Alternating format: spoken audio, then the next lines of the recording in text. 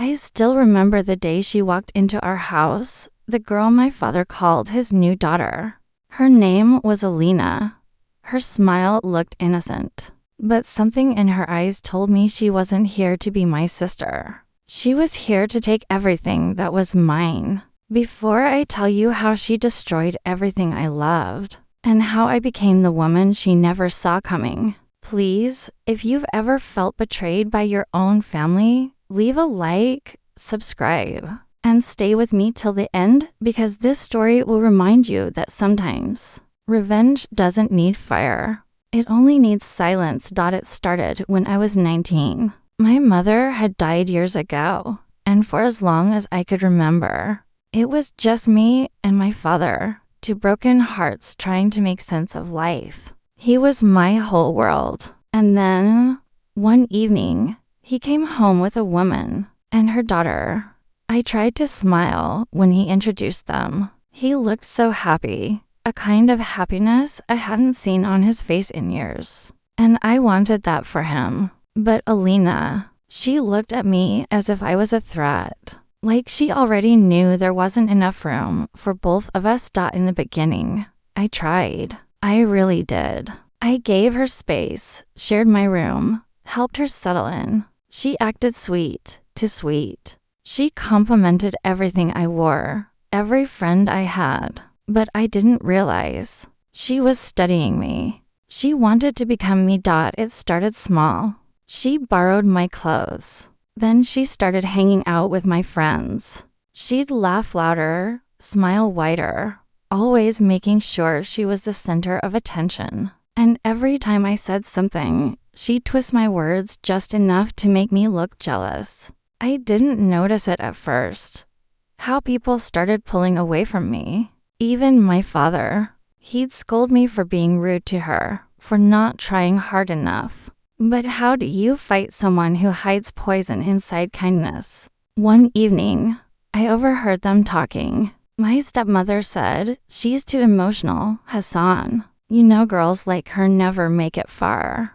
And he didn't defend me. He just sighed and said, "She's been through a lot. Maybe Alina can help her be stronger." That night, I cried quietly into my pillow, not because my father didn't love me, but because I realized I was slowly disappearing from his world. And Alina, she knew it. A few months later, I got accepted into a local university. It was my dream to study literature, to write stories that healed. But on the first day of orientation, I saw her there too. She'd enrolled in the same course, the same major, the same dream. I laughed nervously and said, "Alina, you never mentioned you were into literature." She smiled and said, "I wasn't. But watching you made me fall in love with it." Her voice was soft, but her eyes whispered something else. "I'll take this from you too." By the second semester, she was the one everyone adored. Teachers praised her essays. Friends loved her charm. And me? I was just the quiet girl sitting in the shadow of her perfection. I started doubting myself. Maybe she really was better. Maybe I was the problem. Then, one day, it happened. I had submitted a story to the university's annual writing contest. Something deeply personal, written from my mother's memories. I had stayed up for nights perfecting it. It was my soul on paper. And a week before the results, I saw Alina smiling on stage, holding my story in her hand. The title, the characters, everything was mine. But her name was printed across it. I froze. The crowd clapped, and she looked right at me as she said, "This story was inspired by my late stepsister's pain. She means a lot to me." My heart stopped. She didn't just steal my words. She stole my voice and used it to make herself a victim. I ran out of that hall, my chest heavy with something worse than heartbreak, invisibility. No one believed me.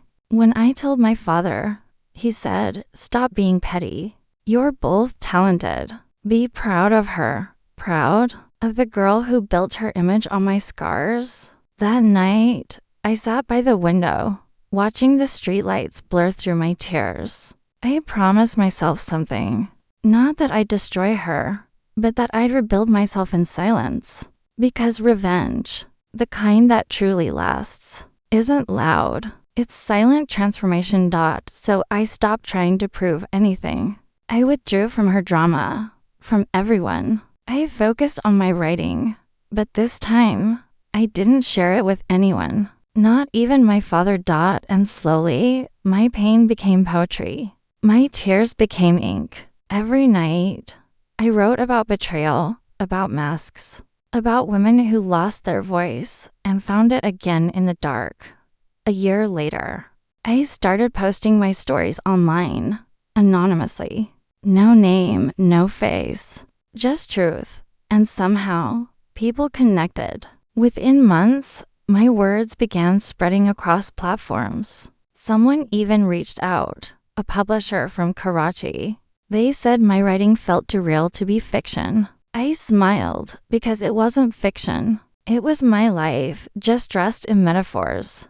I signed my first book deal under a pen name. My first book, The Girl Who Vanished, became a quiet success. My father didn't even know it was me. Neither did Alina. But one evening, as we sat at dinner, my stepmother said, "There's this new author online. She writes beautifully. Everyone's obsessed with her." Alina nodded. "She writes like she's been through hell. I wish I could meet her." I looked up from my plate and whispered, "Maybe one day you will." And that's when I realized I didn't need to ruin her. Life had already started doing that for me. Because when your whole identity is built on someone else's light, the day they shine alone, you fade.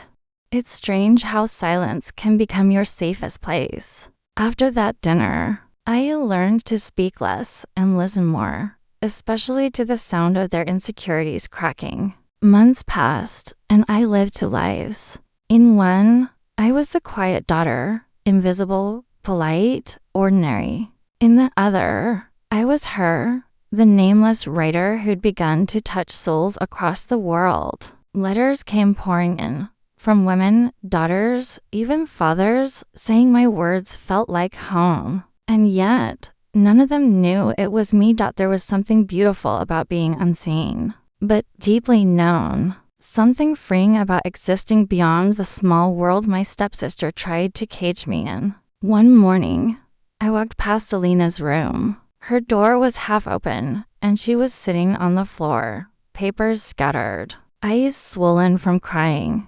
For a second, I almost felt sorry for her. She was reading rejection emails, dozens of them, each one saying, "Your story lacks originality. Your writing feels artificial. Your words don't carry emotion." She didn't know that emotion can't be faked. It has to bleed out of you.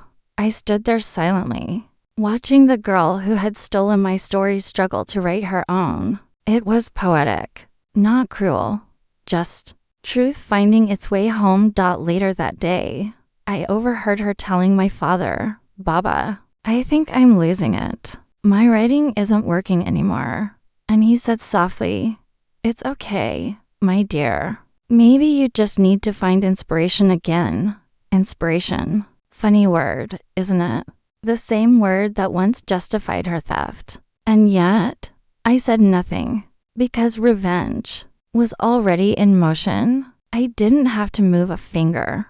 Time has a strange way of revealing masks. A year later, my book was nominated for a National Literary Award, still under my pen name, of course. No one knew who I was, and I liked it that way. But fate has its own plans.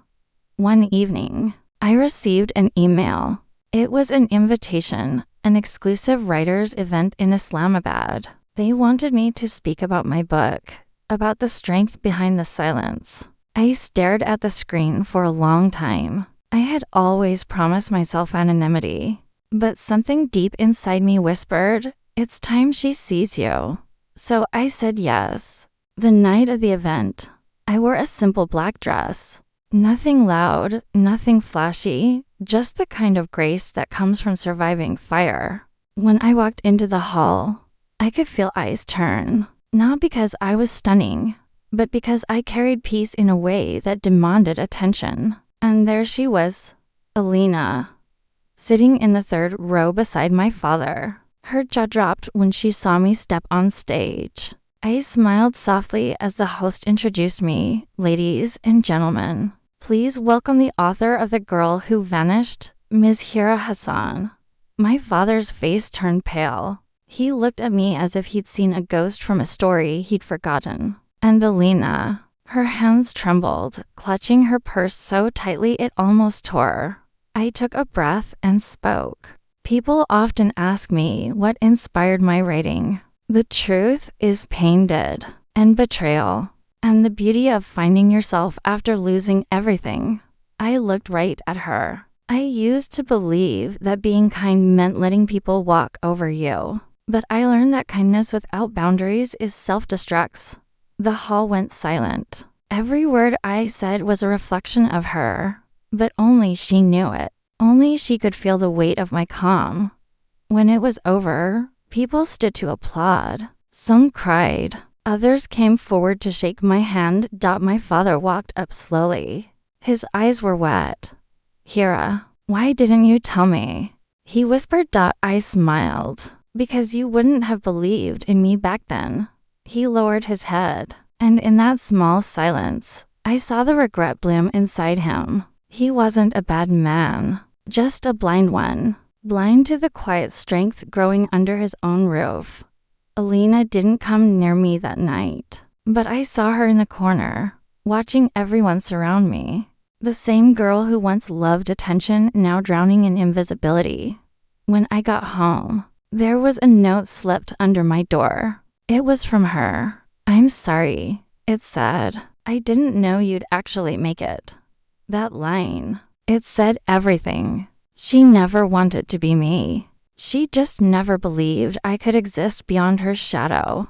I didn't reply. Some apologies are just bandages, not healing. In the days that followed, I started doing interviews, photo shoots, book signings. Everywhere I went, people asked, "What kept you going?" And I always said the same thing: pain. It's the most honest teacher. Meanwhile, Alina began to fade. Her charm didn't work anymore. Her smiles felt forced. Even my father began to notice the difference, how she avoided my eyes, how guilt had turned her into a stranger in her own skin. One night, I found her sitting on the terrace, hair unkempt, eyes hollow. She looked at me and said quietly, "I never meant for it to go this far." I didn't respond right away. I just sat beside her. The night was cold, but the silence between us felt heavier than the wind.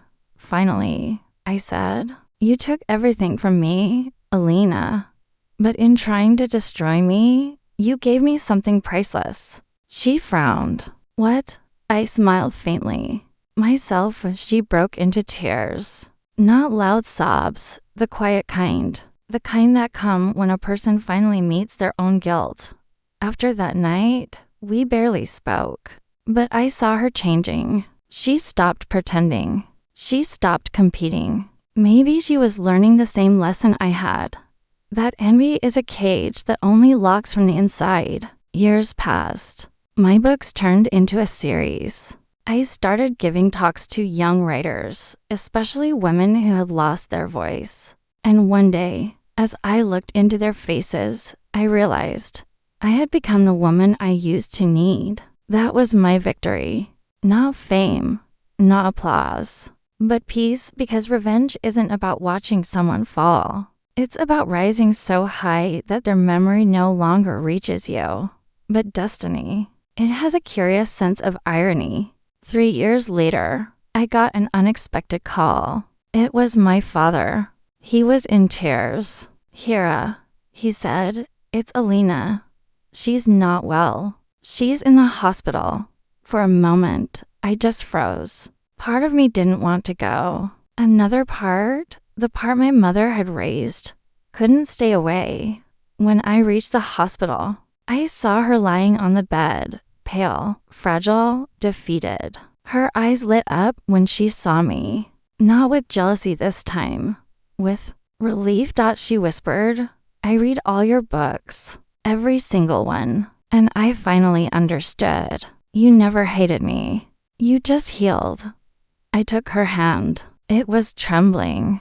And I said softly, I never needed to hate you, Alina. You did that to yourself. A tear rolled down her cheek. She smiled weakly and said, I'm glad you won. I shook my head. No, we both did, just in different ways, and for the first time in years. We sat there, not as enemies, not as sisters, but as two broken girls who finally stopped pretending. When she fell asleep, I stood up and looked at her one last time, and in that quiet hospital room, I forgave her. Not for her sake, but for mine, because letting go is the final act of revenge that sets you free. They say forgiveness is freedom, but no one ever tells you how heavy that freedom feels at first. It's not like a door suddenly opens and you walk into light. It's more like learning to breathe again after years of drowning quietly. After that night in the hospital, something inside me shifted. I didn't feel anger anymore. Not even sadness, just stillness. Like my soul had finally stopped fighting a storm that was never mine to win. Alina recovered slowly. She moved back home for a while. And though we didn't talk much, the silence between us felt different now, no longer sharp.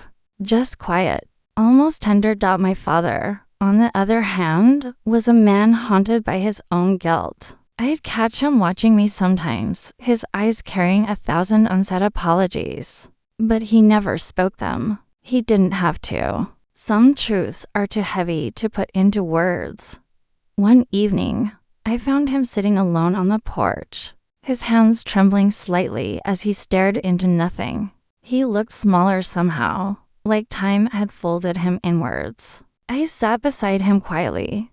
He didn't look at me when he said, I failed you, didn't I? His voice cracked, and for the first time in my life, I saw my father not as the man who'd hurt me, but as the man who never learned how to love broken things. I placed my hand over his and said, You didn't fail me, Baba.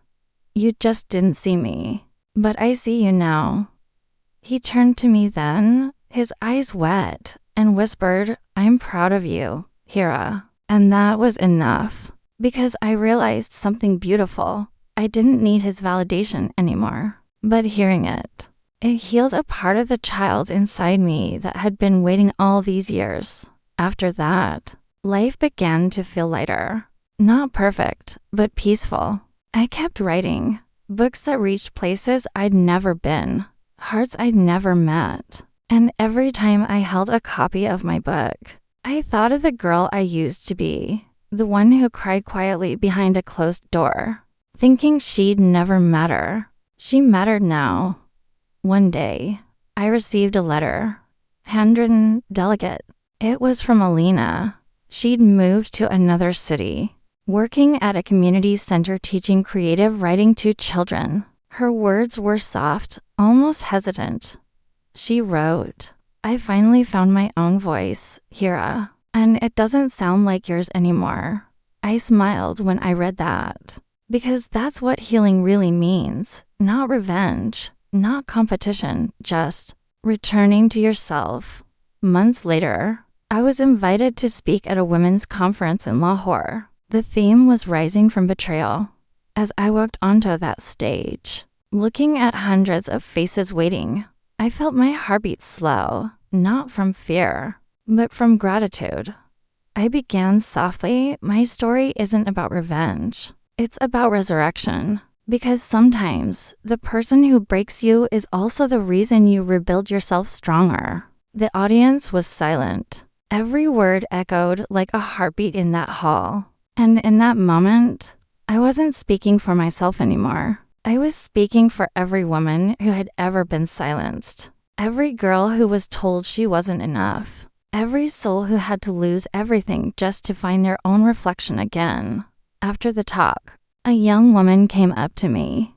Her eyes were red, her hands trembling slightly. She said, "Your story saved me." I was about to give up until I heard you say that pain can become power. I hugged her, and as she cried on my shoulder, I realized this was my purpose all along. Not to prove anyone wrong, not to seek revenge, but to turn pain into light for someone else. Years later, my father passed away peacefully.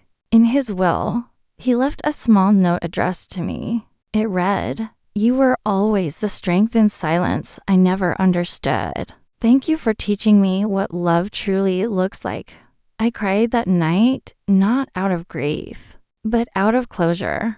Because forgiveness had done what revenge never could. It set generations free. And Alina, she attended the funeral quietly, dressed in white. When everyone left, she came to me. Her eyes were softer now, aged by guilt, but warmed by growth. "I named one of my students after you," she said. "She writes like you used to. Honest, fearless." I smiled, and for the first time, I called her what I never could before. "Sister." She froze for a second, and then hugged me, crying into my shoulder the way I once cried a lone dot as she walked away. I watched her fade into the sunlight, a woman changed by regret, a soul reborn by forgiveness. And me? I stayed there for a while, feeling the wind brush against my face, whispering that life had come full circle.